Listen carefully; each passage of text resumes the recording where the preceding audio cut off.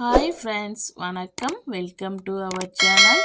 இன்னைக்கு மீதமுள்ள சாதத்தை வச்சு 5 நிமிஷத்தில் சுவையான ஈவினிங் ஸ்நாக்ஸ் எப்படி செய்கிறதுன்னு தான் பார்க்க போகிறோம்.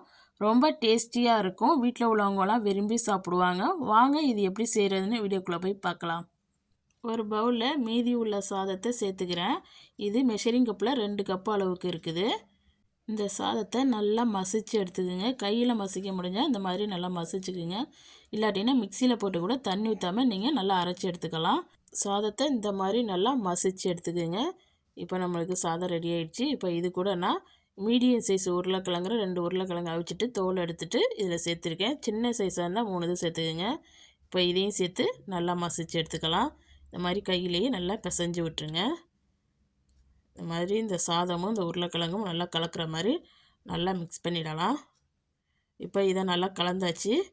இப்போ இது கூட நான் மீடியம் சைஸ் வெங்காயத்தில் பாதி வெங்காயத்தை நல்லா பொடிசாக கட் பண்ணிவிட்டு சேர்த்துருக்கேன். 1 டீஸ்பூன் இஞ்சி, 2 பச்சை மிளகாயை கட் பண்ணி சேர்த்துருக்கேன். 1 கேரட்டை நல்லா துருவி எடுத்துருக்கேன். கொஞ்சமாக கருவேப்பிலை, கொஞ்சமாக கொத்தமல்லி தழை சேர்த்துக்கோங்க. இப்போ இது கூட 3 டேபிள் ஸ்பூன் அளவுக்கு கடலை மாவு சேர்த்துக்கிறேன். 1/4 டீஸ்பூன் அளவுக்கு மஞ்சத்தூள், 1 டீஸ்பூன் அளவுக்கு மிளகாய்த்தூள் உங்கள் காரத்துக்கு ஏற்ப சேர்த்துக்குங்க, கூட குறைச்சி. 1 டீஸ்பூன் அளவுக்கு கரம் மசாலா சேர்த்துருக்கேன். தேவையான அளவு உப்பு சேர்த்துக்குங்க. நான் 1 டீஸ்பூன் சேர்த்துக்கிறேன். இப்போ எல்லாத்தையும் சேர்த்து நல்லா கலந்து எடுத்துக்கலாம். தண்ணி எதுவும் சேர்த்துடாமல் நல்லா மிக்ஸ் பண்ணிக்கோங்க. நம்ம இதில் ஏற்கனவே உருளைக்கிழங்குலையும் சாதத்துலையும் இருக்கிற தண்ணியே போதுமானது. நீங்கள் மேற்கொண்டு எதுவும் தண்ணி சேர்த்துட வேணாம்.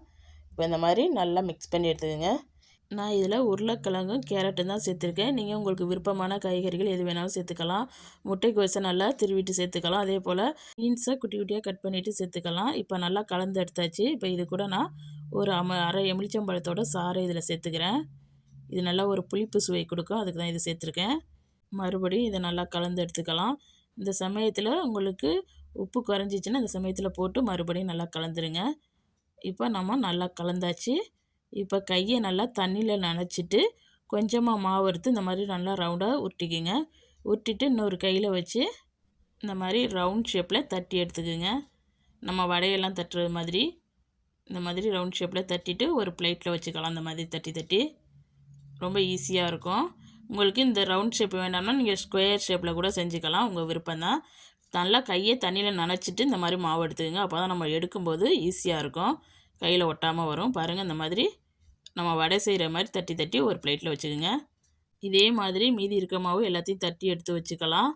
ஒரு கடாயில் எண்ணெய் விட்டுருக்கேன். எண்ணெய் நல்லா சூடாக இருக்கான்னு பார்க்க இந்த மாதிரி சின்ன துண்டு மாவு போட்டு பார்த்தீங்கன்னா இந்த மாதிரி பொரிஞ்சு வரும். நம்ம தட்டி வச்சுருக்க மாவை ஒன்று ஒன்றா உள்ற சேர்த்துருங்க. இந்த மாதிரி இப்போ மீடியம் ஃப்ளேமில் வச்சுக்கோங்க. அப்போ தான் நம்மளுக்கு எண்ணெய் குடிக்காமல் நல்லா வெந்து வரும். எண்ணெய் ரொம்ப நிறையா ஊற்ற வேணாம். இந்த ஸ்நாக்ஸுக்கு எண்ணெய் ரொம்ப நிறையா தேவைப்படாது. நம்ம கட்லெட்டெல்லாம் பொரிக்கிறதுக்கு எவ்வளோ எண்ணெய் ஊற்றுவோமோ அந்த அளவுக்கு ஊற்றினா போதும். நீங்கள் வீடியோவில் பார்க்குற அளவுக்கு எண்ணெய் ஊற்றிக்கிங்க போதும். கொஞ்சம் நேரம் வெந்ததுக்கு பிறகு நம்ம இதை திருப்பி கொடுத்துக்கலாம். ஒரு பக்கம் கொஞ்சம் செவந்து வரணும். அதுக்கப்புறம் நம்ம இதை திருப்பி போட்டுக்கலாம். பாருங்கள், ஒரு பக்கம் கொஞ்சம் செவந்து வந்துருச்சு. இப்போ நல்லா இதை திருப்பி போட்டுக்குங்க. ரொம்ப நேரம் திருப்பி போடாமல் வச்சிங்கனாலும் ஈவனாக வெந்து வராது. அதனால் கொஞ்சம் செவந்த உடனே இந்த மாதிரி திருப்பி போட்டுக்குங்க. இப்போ நம்ம திருப்பி போட்டாச்சு. திருப்பி போட்ட சைடும் கொஞ்சம் நல்லா செவந்து வரட்டும். இப்போ இந்த சைடும் நல்லா செவந்து வந்துடுச்சு. இப்போ இதை நல்லா திருப்பி திருப்பி போட்டு இது நல்லா கோல்டன் ப்ரௌன் கலர் வர்ற அளவுக்கு நம்ம இதை நல்லா வேக வச்சு எடுத்துக்கலாம். கலர் சேஞ்ச் ஆகணும். நம்ம இந்த ஸ்நாக்ஸு மீதம் உள்ள சாதத்துலாம் செஞ்சோம்னே யாருக்கும் தெரியாது, அவ்வளோ டேஸ்டியாக இருக்கும். இப்போ பார்த்தீங்கன்னா முன்னாடியோட கொஞ்சம் கலர் சேஞ்ச் ஆகிருக்குது. இப்போ இந்த மாதிரி 2 கரண்டி வச்சு நீங்கள் திருப்பினீங்கன்னா ரொம்ப ஈஸியாக இருக்கும். இப்போ இது நல்லா கோல்டன் ப்ரௌன் கலர் வந்துருச்சு. இப்போ இந்த ஸ்டேஜில் நம்ம வெளியில் எடுத்துடலாம்.